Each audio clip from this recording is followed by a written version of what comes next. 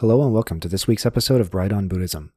This week we will be reading and discussing the Tanisaro Bhikkhu translation of the Khaggavisana Sutta, also known as the Rhinoceros Sutra, in its entirety. This is a very early Buddhist text found in the Pali Canon, and it is quite controversial for its time, as it advocates for practicing in total solitude, rather than in a community of monastics or as a householder or layperson. For that reason, it is often thought that this text advocates for the path of the Pratyeka Buddha, or the solitary Buddha who, through insight into the 12 links of dependent origination, reaches enlightenment without ever being taught by a Buddha. In fact, it is referenced in some other texts as the Pratyeka Sutra. There is no doubt about its authenticity as a Buddhist text, as copies of it have been found alongside other Gandharan Buddhist texts, which date back to the 1st through 3rd century Common Era, and are the oldest extant Buddhist texts in the canon. You'll see that it has a structure that is far more akin to a poem rather than a sutra, as it keeps repeating the refrain, "Wander alone like a rhinoceros." This refrain has led to some controversy in translation because the metaphor the text aims to create is that one ought to be solitary like the singular horn of an Indian rhinoceros, but rhinos don't wander. But the idea comes across nonetheless. This sutta is the 3rd sutta of the Khuddaka Nikaya's sutta anthology known as the Sutta Nipata. We hope you enjoy.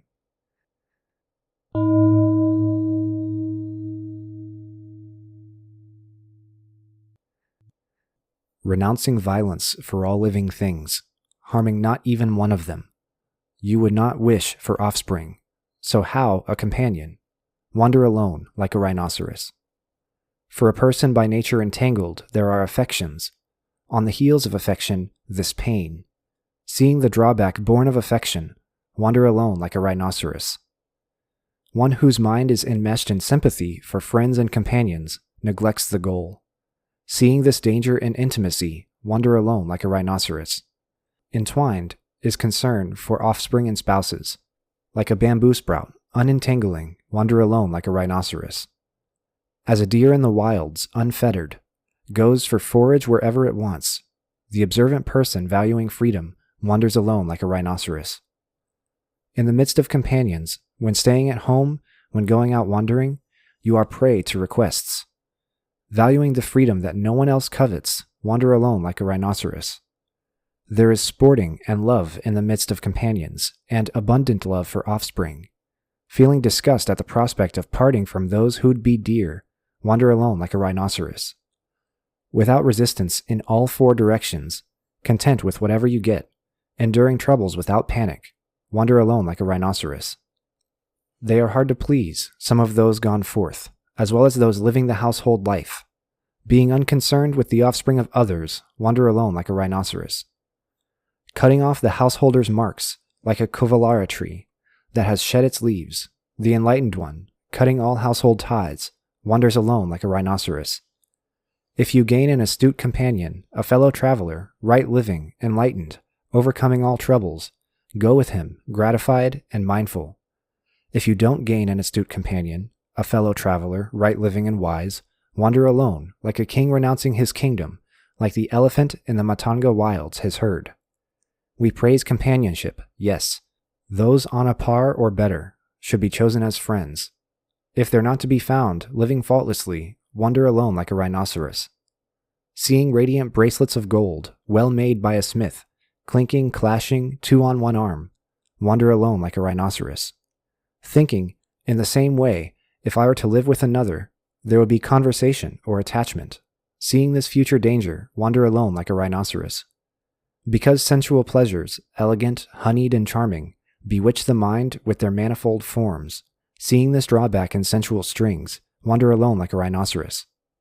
Calamity, tumor, misfortune, disease, an arrow, a danger for me. Seeing this danger in sensual strings, wander alone like a rhinoceros.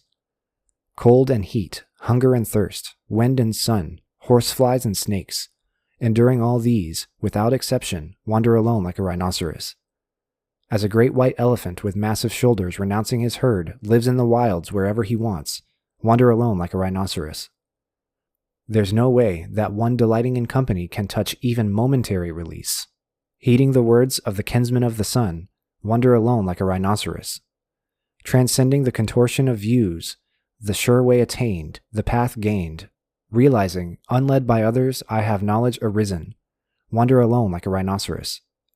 With no greed, no deceit, no thirst, no hypocrisy, delusion and blemishes, blown away, with no inclinations for all the world, every world, wander alone like a rhinoceros. Avoid the evil companion disregarding the goal, intent on the discordant way. Don't associate yourself with someone heedless and hankering. Wander alone like a rhinoceros. Consort with one who is learned, who maintains the Dharma, a great and quick-witted friend. Knowing the meanings, subdue your perplexity. Then, wander alone like a rhinoceros. Free from longing, finding no pleasure in the world's sport, ardor, or sensual bliss, abstaining from adornment, speaking the truth, wander alone like a rhinoceros. Abandoning offspring, spouse, father, mother, riches, grain, relatives, and sensual pleasures altogether, wander alone like a rhinoceros. This is a bondage. There's little happiness here, next to no enjoyment. All the more suffering and pain. This is a boil. Knowing this, circumspect, wander alone like a rhinoceros. Shattering fetters, like a fish in the water tearing a net, like a fire not coming back to what's burnt, wander alone like a rhinoceros. Eyes downcast, not footloose, senses guarded with protected mind, not soggy, not burning, wander alone like a rhinoceros. Taking off the householder's marks, like a coral tree that has shed its leaves, going forth in the ochre robe, wander alone like a rhinoceros. Showing no greed for flavors, not wanton, going from house to house for alms, with mind unmeshed in this family or that, wander alone like a rhinoceros.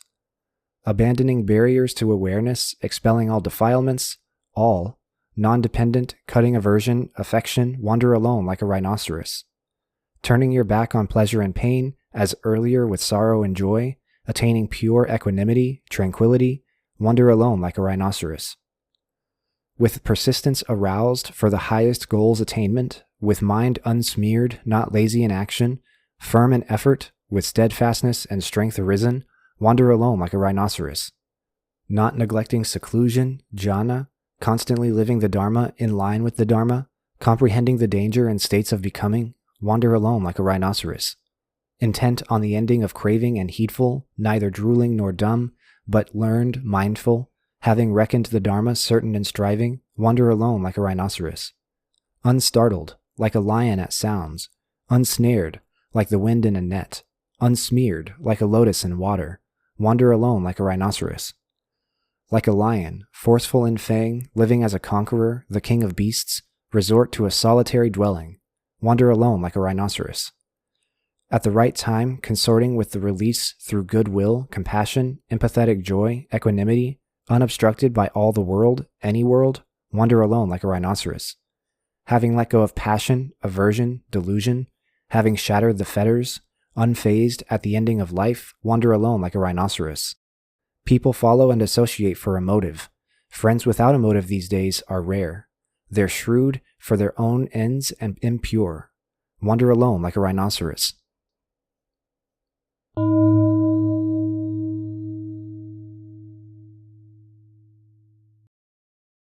So that was the Rhinoceros Sutra, or the Khaggavisana Sutta, as it's known in Pali. Docs, what did you think? So, this is interesting. This is much more like a poem than the other sutras we've read, for one.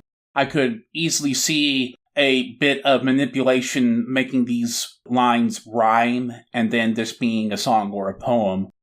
This definitely does not sound like something the Buddha is necessarily saying, because a lot of what he's talking about is involved in being among an assembly of monks.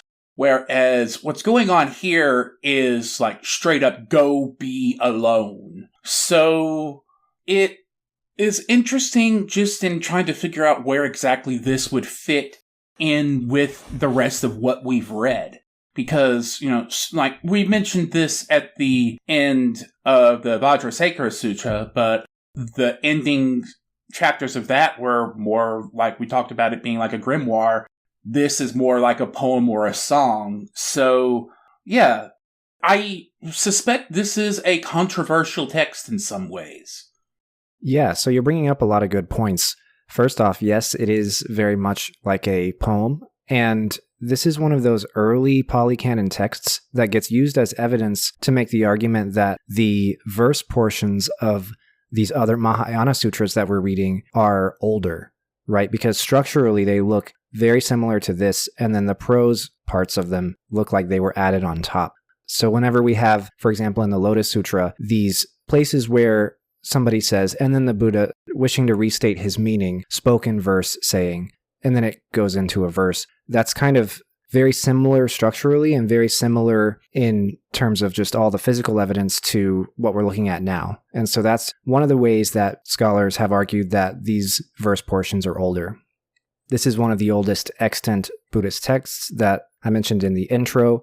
It comes from around the 1st through 3rd century CE, possibly even further back. So it's definitely one of the earliest recorded sermons of the Buddha. And it's probably recorded so soon because it was so short and easy to remember and easy to recite. And so it was probably very well preserved. So in terms of the controversial teaching of it all, it is very controversial.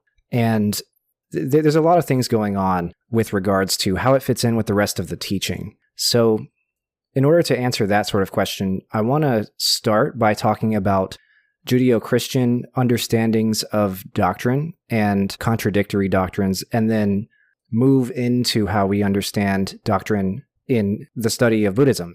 Technically, the scholarly term for the field is Buddhology. And so, to start with, in Judeo-Christian religions, the Bible or the Torah or the Talmud or the Quran, these texts are sort of crafted and presented as being very complete and internally coherent and internally non-contradictory texts. So they're comprehensive in that they capture any and every problem that you could ever think about, that you could ever have, that you could ever ask your deity about, and the deity will have answers for you. And they're also regarded as being front to back the word of that deity or that prophet, or the deity speaking through the prophet or something like that. And it's supposed to be something that, even whenever it might on the surface seem to contradict itself sometimes, behind it is like some secret divine meaning that is non-contradictory. The Buddhist texts, the sermons that are the sutras and the Vinaya texts and the Abhidharma texts, these are not necessarily regarded in that same way. It's kind of Judeo-Christian of us to look at these different texts in these different religions and assume that they're going to be internally consistent and non-contradictory and comprehensive the same way that the Bible, the Quran, the Talmud, the Torah are all presented to be. So in this case, it is very contradictory with other stuff that we've seen, particularly with regards to the Bodhisattva path. And that kind of makes it controversial. There is evidence of this being a sticky sutra between these two conflicting factions of monastics. And we're going to talk about that in a moment. But in terms of the contradictory nature of it, one way that this gets explained in Buddhology is that this is particularly about how arhats ought to live, and not how bodhisattvas, not how pratyeka-buddhas, well, I guess, yes, pratyeka-buddhas, but not how Buddhas and bodhisattvas live, but rather how pursuants of the arhat path, shravakas, ought to live. Another way it gets explained is that this sort of solitude is understood metaphorically. So imagine that these lines in this sutra were describing somebody's mind, somebody's consciousness, somebody's understanding, rather than describing how they actually live. Now, I don't like that move very much for a few reasons. One reason I don't like it is that, historically speaking, we have strong evidence that there were these factions of monastics who would go out into the woods by themselves and study and practice that way. And so that's evidence enough for me to think that this sutra was read or recited or given literally, and that it was taken literally and not metaphorically.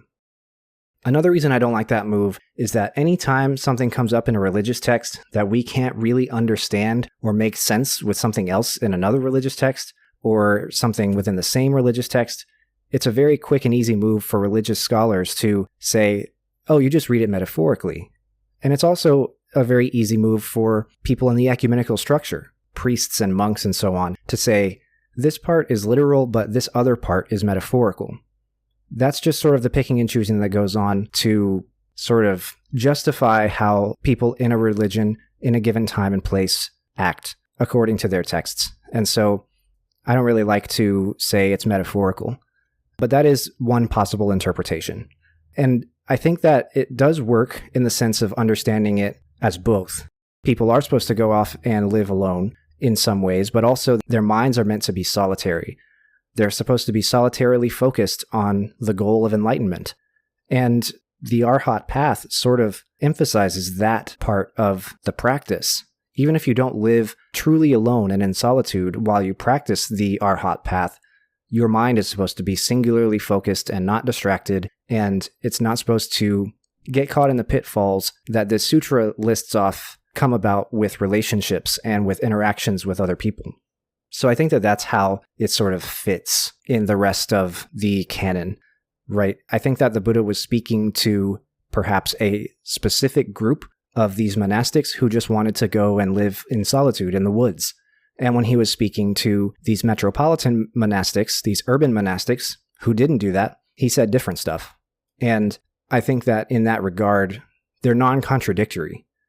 That's sort of the magic of what ends up becoming upaya, is that, without speaking about skillful means as a way of teaching or liberating sentient beings with your actions, just speaking about like the Buddha's ability to cater his sermon to who he was talking to, that's sort of how we make sense and how we sort through this seemingly contradictory stuff that we see in these different sutras. The Buddha was talking to people who wanted to hear this or needed to hear this. And then in another case, the Buddha was talking to somebody who wanted or needed to hear that. And those teachings are both true, but they are contextually true for who is listening. So I think that that's where this falls. It's interesting how the relative lack of unity of the scriptures of Buddhism is both a strength and a weakness. It's a weakness in that it makes it very hard to start. If a person wants to learn about Christianity, go read the Bible, you've got it. That's what you need to do. If you want to start learning about Buddhism, we've talked a lot offline and occasionally on the show about how that's a lot harder to do because there's not just one source. But it's also a strength in that it allows people who have different approaches to latch on to different scripture. So, I'm very much an intensely introverted person, and the identity I chose for our little skits at the start of episodes was hermit. I like spending time alone, so this stuff has a lot there that appeals to me. But for the modern equivalent of the urban monks who are joining up together, they can just say they don't like this text and move on to one that they like. So, while it's a problem in some ways, allowing texts like this that are otherwise pretty heterodox is, I think, a strength. I think so too. I think that in that regard, it makes it so that Buddhism can be accessible and can be enjoyable and doable and learnable for a wider variety of people because they approach it with these different ideas, these different situations, these different desires for what they want to get out of it. And, I'm not just speaking about modern people who want to get into it for spirituality and meditation and mindfulness. I'm also speaking about these clearly different factions of people in ancient times even who had these specific agendas with regards to how renunciation and how Buddhist practice fit into their societies at the time. There were people who thought, no, the temple should be a community foothold. It should be a place where the laity and the monastics interact and where the monastics fulfill a service for the laity, and the laity support the monastics with food donations and with other things like that. And then there were also these people who said, no, actually, the only way to true enlightenment, the only way to true realization is to walk away from the world of suffering and the world of desire and attachment and the world of these fraught relationships so that you can see outside of it and see around it and see what actually is behind all of it. And I personally think that both paths are equally valid for understanding and realizing what it is that you want to understand and realize. But as I mentioned before, this is a text which is one of the pieces of ammunition that urban and solitary monastics sort of toss back and forth at each other, right? I talked about in the intro how there are arguments made by urban or monastic monks that this was given by a private Buddha, by a Pratyeka Buddha, and not by our historical Buddha, Shakyamuni. This is actually impossible because it mentions something in the text which would make that not be an option. It wouldn't actually be possible for this to be given by a Pratyeka Buddha because it mentions the Buddha Dharma, the teaching given by the Buddha in the text itself. And so there's no way that a private or a Pratyeka Buddha could have given this because a private or a Pratyeka Buddha would not know, should not know about the Buddha Dharma. It's a situation where the teaching has already happened, and so that's not an option. But otherwise, I think that this is a very interesting text for understanding the relationships historically and culturally and religiously between these urban and solitary monks, because these conflicts end up coloring the conflicts between the Theravada and the Mahayana monks later in history. These conflicts are sort of early roots of the Mahayana-Theravada divide. Now, one does not easily kind of impose on the other. That is to say that, like, the urban monks are not wholly Mahayana and the solitary monks are wholly Theravada. It doesn't work that way. But some of the conflicts that they play out between themselves become sort of doctrinal precedents set for which Mahayana and Theravada can play out whenever that historically comes about a little bit later. So this is really interesting stuff to look at. So getting further into the text, just from personal experience, as I said earlier, this is a sutra that has a lot of appeal to me. This idea of getting away from other people as a way to sort out one's own thoughts, to figure things out alone, makes sense to me because any other person involved in a situation is a potential source of chaos. That's not necessarily a bad thing overall, but if what you are trying to do is figure out the essential essence, like the essential nature of the universe, other people are going to be a distraction in that process if it's an internal process, which would be the case of the Arhat or the Pratyeka Buddha. And the Bodhisattva path is very much about helping others. But also, I think that being alone is useful also for recognizing the difference. I'm trying to think of the right way to word this. Being alone is not necessarily the same thing as being isolated, and recognizing the difference between those two states is useful because if you can recognize that you are alone rather than being isolated, that can become solitude. And solitude, I think, is what this piece is really trying to get at. By getting into that point where you can be alone and be comfortable with that, that's a powerful and potentially enlightening state. I think so too. I think that one of the interesting things about this is that it doesn't advocate for true, actual, isolated solitude.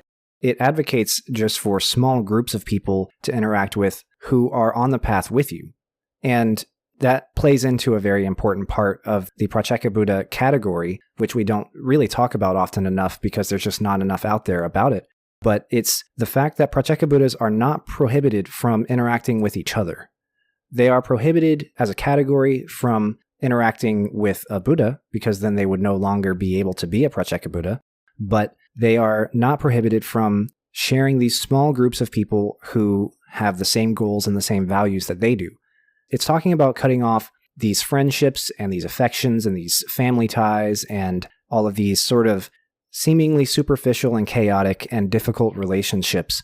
But it's also saying to find those people out there, few as they may be, who are going to support your practice and whose practice you are going to support, and who will have the same values and the same sort of confidence, the same sort of intention with regards to the Buddha Dharma that you have. And I think that's very fascinating. Moving forward, I would also say that this text is evidence that the people writing it didn't actually know that much about the animals they're talking about. They talk about a lion as a solitary master in this text. No, lions are pack animals, and male lions are reliant on female lions to do the hunting. I don't think rhinos actually wander that much. I know they're frequently solitary, but I don't know that they roam so much.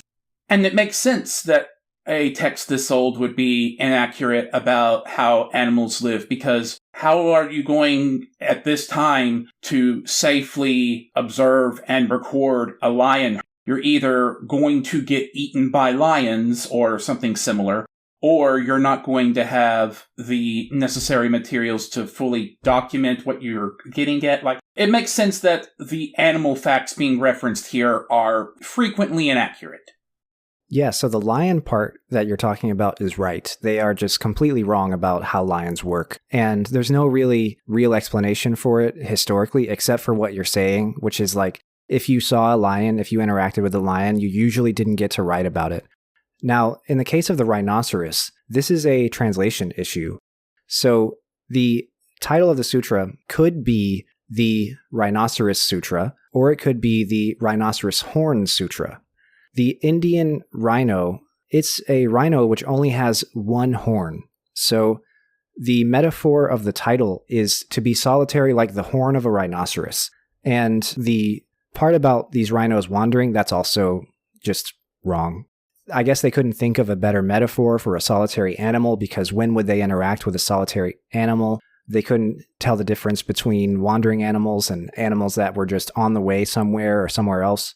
You know, it's really kind of difficult to make sense of the ecology of it all. And so that's just kind of not an accurate thing for Indian rhinos. They didn't wander and they don't wander. But the solitary horn thing is accurate. That's just sort of a translation issue with regards to the title, but also with regards to the refrain, wander alone like a rhinoceros.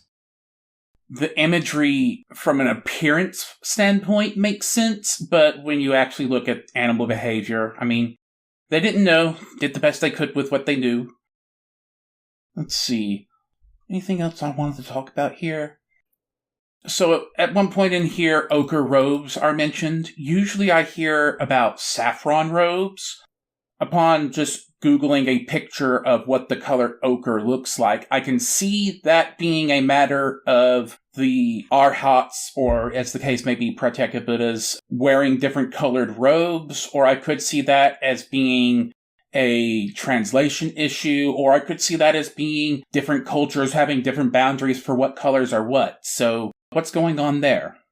That's a good question. And so this is a bit of a translation thing, but it's also pointing at just what monastics wear and what they take with them whenever they renounce and what they can own. So the ochre robes and the saffron robes, they're not referring to the same robe in every case. It might be a translation issue in one case or the other, but you might have seen these pictures of these monastics where the layer closest to their bodies, to their skin, is a lighter color, more like a light orange, or even like an orangey yellow, like saffron. And then the outer robe is sort of darker. It might be a little bit more brown or a little bit more dark orange, kind of like ochre. And so this is sort of the inner layer and the outer layer. The outer layer was, for warmth and for also ceremonial purposes. There's a couple of texts we've read where really in passing they've mentioned that X or Y or Z figure exchanged outer robes with the Buddha. And that was like a ceremonial acknowledgement of their equal status, of their equal enlightenment. And this darker outer robe is usually what's being exchanged. It should also be noted, too, that whenever they say saffron, they don't necessarily mean yellow, like saffron is whenever it's like in food. The actual saffron plant itself, the spice itself, is actually pretty dark red-orange, kind of like a red-orange brown color that's very dark and deep. And so that's probably a lot closer to ochre than to like the yellow that we're used to seeing. And so it's a translation thing, but it also is kind of about what their outfits looked like and what they were. It's also about how we use colors, because I don't think of saffron as a yellow. I would write that as a light orange.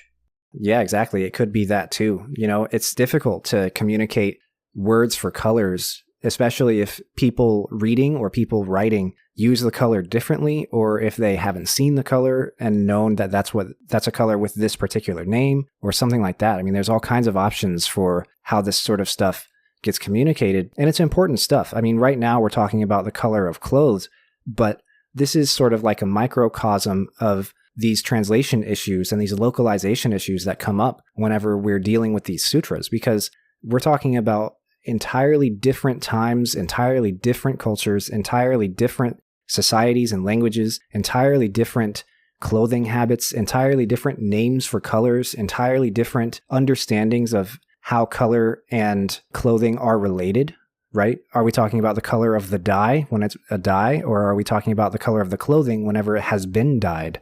Those can be very different in different contexts. And so this is why it's just really, really hard. You have to know every single little thing about every single little bit of their daily lives in order to be even able to approach translating in a complete and comprehensive way. I remember my very first classical Japanese dictionary had an entire section in the back about the different kinds of clothing and the different patterns on the clothing of people in the imperial court in Japan throughout different time periods. And it also had different names and images for the types of armor and the pieces of armor that people would wear, and the types of weapons and pieces of weapons, and different hairstyles and different common names and all these other things that, you know, you have to describe in image if you have any sort of ability to understand what these things looked like. And you have to describe just in great detail just to be even able to approach translating literature or doctrinal text or things from that time period that refer to these things on a regular basis. So I think I'm done. Is there anything that I missed that you'd like to say? I think I'm done too. All right. In that case, I think we can wrap this up. This was a lot of talk for a relatively short reading, but it's also a short reading that's odd enough that I think it merits the talk. Like, this sticks out. I think so too. All right. Well, I suppose we can call that done. Thank you for joining us in this discussion of the Rhinoceros Sutra. Thanks for listening, and we'll see you next time. Many thanks to our patron, Tanner. If you would like to join him, please take a look at patreon.com/brightonbuddhism. We thank you for your support. My name is Nick Bright, scholar of East Asian religions and the voice of Hearer. And I'm Docs, editor, question asker, producer, and voice of Hermit. And this has been Bright on Buddhism. Thank you for listening. If you like our podcast, or if you have a question you'd like for us to discuss, we'd love to hear from you. Please consider leaving a comment, a review, or subscribing, or joining us on social media. Email us at bright.on.buddhism@gmail.com, or find us on Patreon at patreon.com/brightonbuddhism. As always, citations and resources for this episode can be found in the show notes. Thank you.